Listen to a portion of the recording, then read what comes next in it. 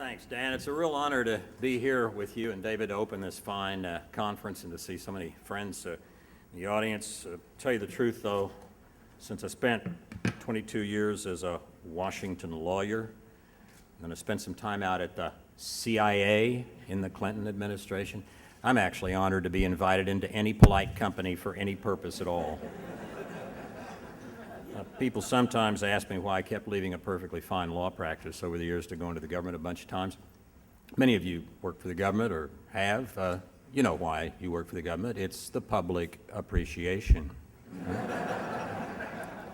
I had an example of that. I'd been at the CIA for 7 or 8 months. My wife and I were classmates in college, decided we'd fly to California for our class reunion, cash in the old frequent flyer miles, go see some old friends, go to the homecoming game, take a few days off.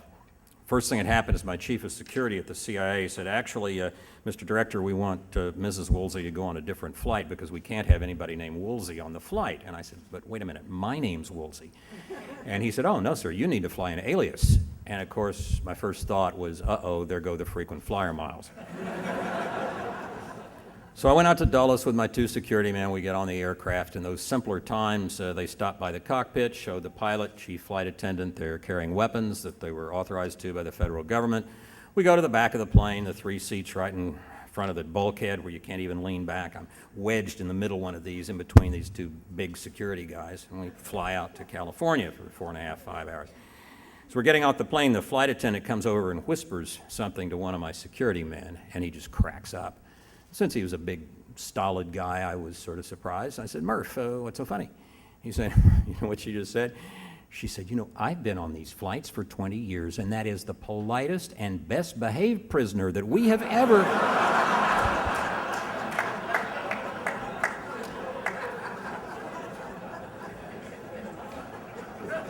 So like I say, that's why you do the government gigs, right? It's the public appreciation. Huh?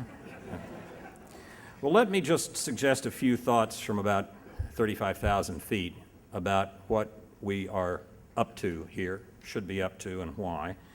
And when I say plug-ins, I include not only plug-in hybrids, electric vehicles with range extension, all-electric vehicles, anything you plug in order to get all or part of its power. The heart of the matter is to begin to use electricity and to use it as quickly as possible to power a major share of our transportation and to break that 96+% monopoly that oil has over our transportation systems. Why? Well, there are a couple of reasons. Rachel Kleinfelder used to work with me, called it the malignant and the malevolent problems, and I think it's a wonderful formulation. Malignant problems are problems nobody's trying to create. They happen because of the nature of the system. Sometimes it's complexity. One malignant problem, in a way, that we are causing by having oil be about 40% of the global warming gases we emit is we are doing something analogous to putting the globe on smoking 5 packs a day. It may not produce global metastasis at precisely this date or that date, but we are increasing the risk of serious problems with climate change. And it's not only climate change, it's the nature of the energy systems themselves. Hurricane Katrina came within a very short distance of busting up the Colonial Pipeline that comes up here to the East Coast. We were very near spending a substantial amount of time walking and bicycling. Probably would have been good for our cardiovascular systems. Here in the East, right after Katrina. We, however, also have another set of problems connected with oil, malevolent problems. And those stem from a range of situations. First of all, since about 2/3 of the world's proven reserves of conventional petroleum are in the Middle East and another several percent up in the Caspian, you're in the ballpark of 75% of the world's conventional reserves being in a very chaotic part of the world. The infrastructure is where the oil is, largely, so we can't protect it the way we can in this country. 2+ years ago, Al-Qaeda came very close to taking down the sulfur clearing towers at Abqaiq in northeastern Saudi Arabia. They misrigged happily their truck bomb. Had they succeeded in doing that, they would have sent oil immediately to well over $200 a barrel because 2/3 of the Saudi crude passes through those sulfur clearing towers and would take many months to get them rebuilt. Then we have the fact that by borrowing $1.5 billion a day, headed up toward $2 billion a day, to finance our oil imports, we are paying, as Tom Friedman puts it, for both sides in the war on terrorism. This is not a good plan, to pay for the other side in a war as well as your own, but we are doing that. Lawrence Wright, whose book, The Looming Tower, is, I think, the best book on Pulitzer Prize winning on the lead up to 9/11, says that with a little over 1% of the world's Muslims, Saudi Arabia controls about 90% of the world's Islamic institutions. What does that mean?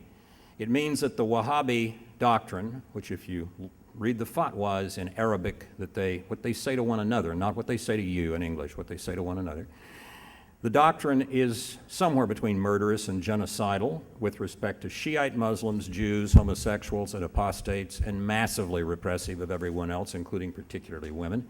It is essentially al-Qaeda's doctrine, the only difference being the disagreement between al-Qaeda and the Wahhabis over who should be in charge, a bit like the difference between the Trotskyites and the Stalinists back in the 20s and 30s. But the doctrine is the same.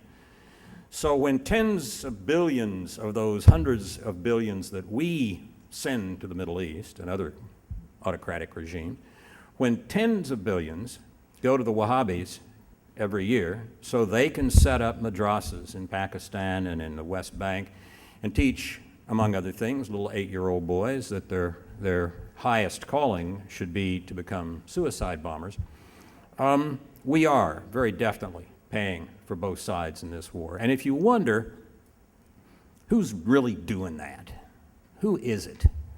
Who's teaching those little 8-year-old boys to be suicide bombers? Who's paying for that? Next time you're in a filling station and you get out to charge your gasoline, before you take out your credit card, turn the rear view mirror just a few inches so you're staring into your own eyes. Now you know who's paying for those little 8-year-old boys to learn to be suicide bombers. Tom Friedman also says the price of oil and the path of freedom run in opposite directions. Certainly clear if you look at the behavior of Mr. Putin, Mr. Ahmadinejad, Mr. Chavez. And it does tend to, in autocratic states, which are most of the states that own and export oil, tends to concentrate power in the hands of the state rather than building up alternative locuses of economic and political power. So we have a huge set of reasons, including our payments for oil funding now a Shiite-Sunni nuclear arms race between Iran and the Sunni powers of the Middle East. We have a huge set of reasons why spending hundreds and hundreds and hundreds of billions of dollars every year for oil, much of it from the Middle East, is just about the single stupidest thing that modern society could possibly do.